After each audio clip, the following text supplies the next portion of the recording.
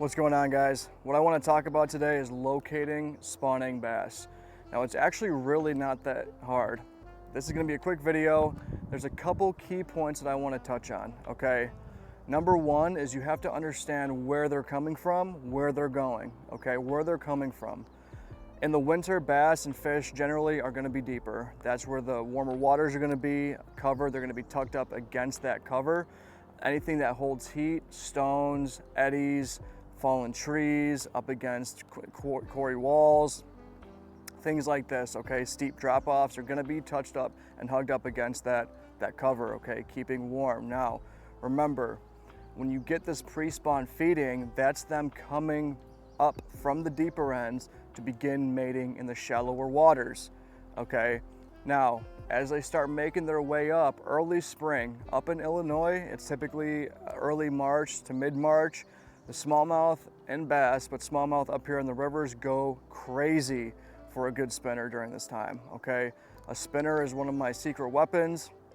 As we talked about in the previous video, pre-spawn, it'll destroy and you'll get some big feeding bass, okay? Now, as they're making their way up to the shallow, after they mate, okay, the females will back off and they'll go back to the deeper ends. All right, the males are going to be the ones that are on these beds, defending the eggs and eventually defending the fry once those eggs hatch. All right, there's two ways that you can approach spawn. Is you can sight fish them, right? You can locate these beds, you can fish these beds, and you can work these beds over and over until you get that reaction strike that you're looking for. Okay. Remember, it can take up to 5 to 10 times plus working a bed to get that reaction strike that you're looking for from these bass, okay? As you approach these beds, you don't want to be right on top of these beds, okay? You want to be at a good enough distance to where you're not suffocating the fish, but you can still have sight as to analyze what type of reactions are you getting. Are they aggressive? Do they not care? Are they flaring up? Are they just plucking it off the bed? You can analyze these situations, but you want to have a good enough distance, again, to where the bass isn't so alerted to you and to where you can still analyze these fish, okay? Spawning bass are going to be aggressive, okay? We talked about presentation in the prior video. If you match presentation with a good locating fish and then you bring that reaction out of that bass, you're going to start catching those bass, okay? Now, the second angle to hit this is you're not going to see the fish, right? You're just casting and working the shorelines typically for spawning bass, okay? Remember, the bass are going to be shallow. The males are going to be shallow.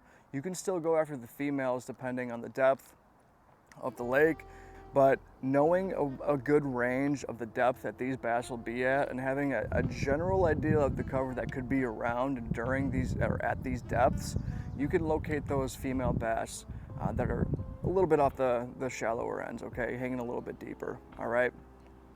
Now, when you don't have sight of these beds, remember, the key point of spawn is to fish shallow waters, okay? That goes for lakes, that goes for rivers.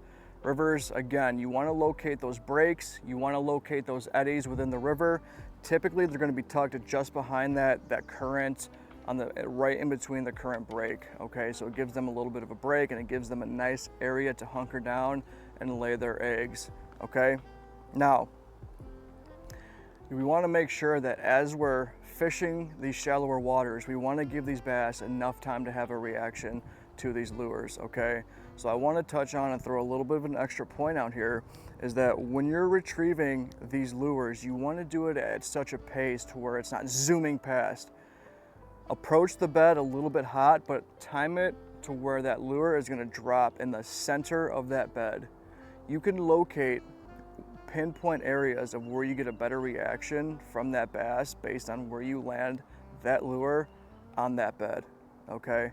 Again, it's going to take a couple times to analyze that bass, analyze its temperament, and analyze its patience from you bringing that bait on that bed over and over. Okay, I know this was a quick one. I wanted to get out, show you how I locate some bass and how you can do so as well. Very, very simple, guys. There's no reason to overcomplicate spawn fishing. It seems a lot of people get intimidated with spawn fishing because the bass are a little bit more stubborn during these times. just before we get our prime fishing during summer, okay? But you can still catch good bass, and you can catch some huge ass bass during spawn, okay? Very basic tips here, but these are tips that will get you fishing and catching. Thank you so much, guys. I'll see you in the next one.